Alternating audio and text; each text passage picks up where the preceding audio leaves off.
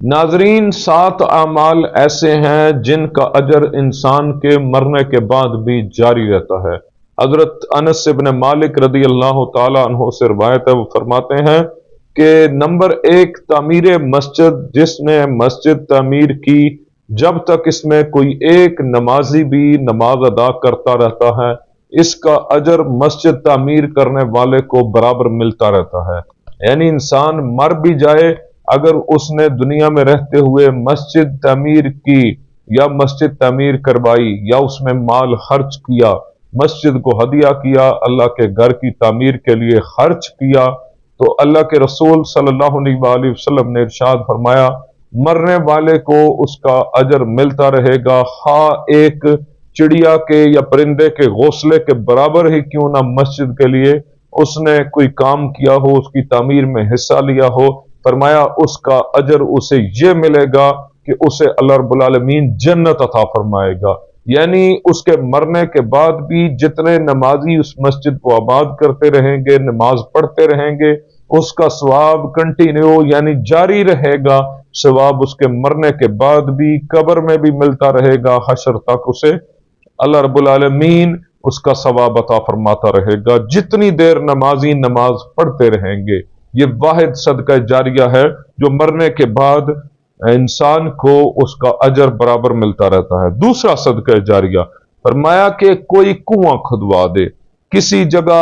پانی کی ضرورت ہے وہاں پر پانی کا اہتمام کر دے، دور جدید میں نلکے کا اہتمام کر دے، ٹیوب ویل کا اہتمام کر دے، کنواں کھدوا دے، یا وہ جو پانی کے پلانٹ ہوتے ہیں وہ لگوا دے، صاف پانی کا انتظام کر دے، یا اس کے علاوہ ٹھنڈے کولر کا اہتمام کر دے، یعنی دور جدید میں اسے لیں تو یہ ساری چیزیں اس کے اندر آتی ہیں۔ فرمایا کہ کسی نے اگر کوئی نہر کھدوا دی یا پانی کا اہتمام کر دیا تو جب تک اس میں پانی جاری رہا لوگ اس سے اپنی پیاس بجھاتے رہیں، فرمایا تب تک اس نہر کھدوانے والے کو، اس پانی کا اہتمام کرنے والے کو برابر اجر و ثواب ملتا رہے گا۔ یعنی دنیا میں رہتے ہوئے یہ بھی صدقہ جاریہ کا کام کر دیا تو اللہ رب العالمین مرنے کے بعد بھی اس بندے کو اجر عطا فرماتا ہے۔ صحابی رسول حضرت سعد رضی اللہ تعالی عنہ وہ آقا علیہ الصلوۃ والسلام کی بارگاہ میں عرض کرتے ہیں، یا رسول اللہ صلی اللہ علیہ وآلہ وسلم، میری والدہ کی اچانک ڈیتھ ہو گئی ہے، فوت ہو گئی ہیں، اگر وہ زندہ ہوتی تو مجھے کسی جگہ پانی کا اہتمام کرنے کا کہتی یا صدقہ کرنے کا کہتی۔ تو آقا علیہ الصلوۃ والسلام نے فرمایا اپنی والدہ کے لیے پانی کا اہتمام کر دو۔ تو حضرت سعد رضی اللہ تعالی عنہ نے ایک کنواں خریدا اور اسے اللہ کی رضا کے لیے ساری مخلوق کے لیے وقف کر دیا، چاہے مسلم پیے، غیر مسلم پیے، جانور پیے، پرندے پیے، کوئی بھی مخلوق پیے۔ فرمایا کہ وہ آج سے حضرت سعد کی والدہ کے نام کا ہے۔ مدینہ شریف میں آج بھی جائیں تو بیرو ام سعد حضرت سعد کی والدہ کے نام کا کنواں موجود ہے۔ دنیا جب تک اس سے پانی پیتی رہے گی ان کی والدہ کو بھی ثواب ملتا رہے گا، اور جس نے وہ کنواں کھدوایا یعنی حضرت سعد نے، تو فرمایا کہ اسے بھی اجر ملتا رہے گا۔ یعنی کہ جن کے سال ثواب کیا اسے بھی اجر ملتا رہے گا، اور جس نے کروایا اسے بھی اجر ملتا رہے گا۔ یعنی وہ کنواں صدقہ جاریہ کا کام کرے گا۔ اللہ کے رسول صلی اللہ علیہ وآلہ وسلم نے فرمایا مرنے کے بعد بھی تمہاری والدہ کو اس کا اجر ملتا رہے گا۔ پھر تیسری چیز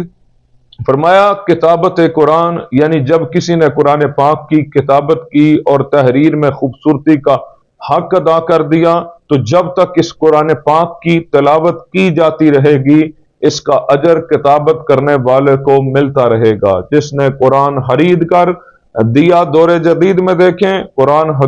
خریدا، اسے وقف کر دیا مسجد میں، مدرسہ میں یا کسی پڑھنے والی جگہ پر، تو جب تک قرآن کھلتا رہے گا پڑھنے والا پڑھتا رہے گا تب تک وہ جس نے وقف کیا ہے اسے اجر و ثواب ملتا رہے گا۔ کسی کمپنی والے نے صدقہ جاریہ کی نیت سے اس کی کتابت کروائی، اسے تحریر کروایا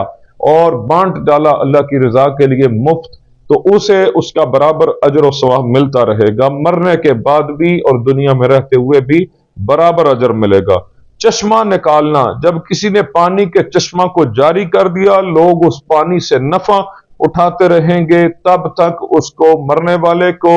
اجر و ثواب ملتا رہے گا۔ دنیا میں رہتے ہوئے اس نے پانی کا اہتمام کیا، وضو کے لیے، نہانے کے لیے، اللہ کی رضا کے لیے وقف کر دیا، تو اس وقف کرنے کی وجہ سے اللہ رب العالمین اس کے مرنے کے بعد بھی اجر عطا فرمائے گا، دنیا میں رہتے ہوئے بھی اجر عطا فرمائے گا۔ چھٹی چیز، پانچویں چیز فرمایا درخت لگانا۔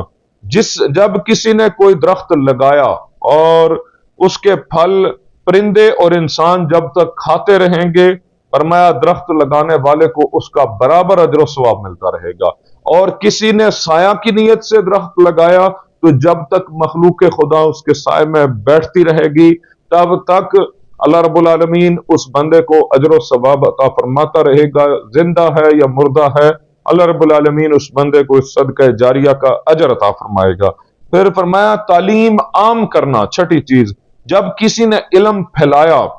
جہاں تک اور جب تک علم کی روشنی پھیلتی رہے گی اجر و ثواب ملتا رہے گا۔ کسی استاذ نے کوئی علم دیا اور لوگوں کی اچھی تربیت کی کہ لوٹنا نہیں لوگوں کو، چاہے وہ ڈاکٹر ہے، کسی نے کسی کو ڈاکٹر بنا دیا، فرمایا کہ مخلوق کی مدد کرو، ان کا علاج کرو، ان سے زیادہ پیسے نہیں لینے، اچھی نیت کے ساتھ اللہ کی رضا کے لیے وہ کام کرتا رہا، یہ بھی علم ہے، مرنے والے کو صدقہ جاریہ کا ثواب ملتا رہے گا، اس استاذ کو زندہ ہے یا مردہ ثواب ملتا رہے گا۔ کوئی اپنا بیٹا کسی جگہ پر علم کے لیے بھیج دیا، اس بندے کو اجر و ثواب ملتا رہے گا جو پڑھے گا، اور جس نے پڑھانے کے لیے چھوڑا فرمایا کہ اسے بھی اجر و ثواب ملتا رہے گا۔ کوئی وکیل بنایا، اس کی اچھی تربیت کی کہ بیٹا حرام نہیں کھانا بلکہ لوگوں کی مدد کرنی ہے، کم پیسوں میں مدد کرنی ہے اور سچائی کے ساتھ کیس لڑنے ہیں، یہ بھی علم ہے۔ کسی نے وہ علم اللہ کی رضا کے لیے حاصل کیا اور لوگوں کی مدد کرنے کے لیے، تو اللہ رب العالمین اس علم کو پھیلانے والے کو، وکالت کرنے والے کو، اور جس نے وکیل بنایا اچھی نیت سے، اس باپ کو بھی زندہ ہے یا مردہ اسے اجر و ثواب برابر ملتا رہے گا۔ پھر اللہ کے رسول صلی اللہ علیہ وسلم نے فرمایا جو شخص اپنے پیچھے نیک اور صالح اولاد چھوڑ جائے، اولاد اس کے لیے بخشش و مغفرت کی دعا مانگتی رہے، پیچھے سے نیک اولاد، جیسے حدیث پاک کے الفاظ ہیں، تین چیزیں جس حدیث میں آتی ہیں کہ تین چیزیں جو مرنے کے بعد بھی چلتی رہتی ہیں، بندے کو اجر و ثواب ملتا رہتا ہے، ان میں سے ایک ہے صدقہ جاریہ، جیسے کہ میں نے پیچھے سارے بتائے، یہ صدقہ جاریہ میں آتا ہے۔ اس کے علاوہ نفع رسا علم، یعنی جو لوگوں کو اللہ کی مخلوق کو نفع دے وہ علم، اور تیسری چیز اللہ کے رسول صلی اللہ علیہ وسلم نے جو ارشاد فرمائی، مسلم شریف کے اندر حدیث پاک ہے، یہ تینوں چیزیں اسی میں آتی ہیں کہ اولاد صالح جو والدین کے لیے دعائے خیر کرے۔ حاضرین، یہ جھگڑوں کی انسان دنیا سے نکلے تو یہ جو اصالہ ثواب ہے یہ حقیقت میں دعا ہے۔ والدین کے رشتہ داروں کو بلانا، والدہ کے یا والد کے رشتہ داروں کو بلا کر کھانا کھلانا، سب مل کر دل سے جب دعا کرتے ہیں تو اللہ رب العالمین ان کی بخشش فرماتا ہے، اللہ رب العالمین درجات کی بلندی عطا فرماتا ہے۔ یہ حدیث پاک کی روح سے یہ جائز عمل ہے، بلکہ اللہ کے رسول صلی اللہ علیہ وسلم نے حکماً ارشاد فرمایا جو نیک اولاد چھوڑ کر جائے اور وہ اس کے لیے دعا کرے تو مرنے کے بعد بھی اس کو اجر و ثواب ملتا رہے گا۔ زمین کسی جگہ اس کا تنازع ہے، یعنی راستہ کھلا نہیں، وہ زمین وقف کر دی، وہ بھی صدقہ جاریہ ہے، اللہ رب العالمین مرنے والے کو اس کا برابر اجر و ثواب عطا فرماتا رہتا ہے، جب تک وہ زندہ ہے تب بھی اجر ہے۔ مخلوق خدا کے لیے اس نے آسانی پیدا کی، اللہ رب العالمین اس زمین کی برکت سے، جو آج کے معاشرے میں مشکل کام ہے، اگر کوئی بندہ زمین دیتا ہے، اللہ کی رضا کے لیے وقف کرتا ہے، راستہ کشادہ کرتا ہے، مسجد کے لیے دیتا ہے، مدرسہ کے لیے دیتا ہے، اس کے علاوہ دیگر نیکی کے کاموں کے لیے جہاں ضرورت ہے وہ زمین کھلے دل سے اللہ کی رضا کے لیے، بغیر کسی مفاد کے، بغیر کسی لالچ کے، بغیر کسی کو دبانے کے، اسے غلام بنانے کے، یہ ساری نیتوں سے بالا تر ہو کے، اپنی چودراہٹ، اپنے بڑا ہونے کا کہ لوگ مجھے بڑا کہیں، اس نیت سے بالا تر ہو کے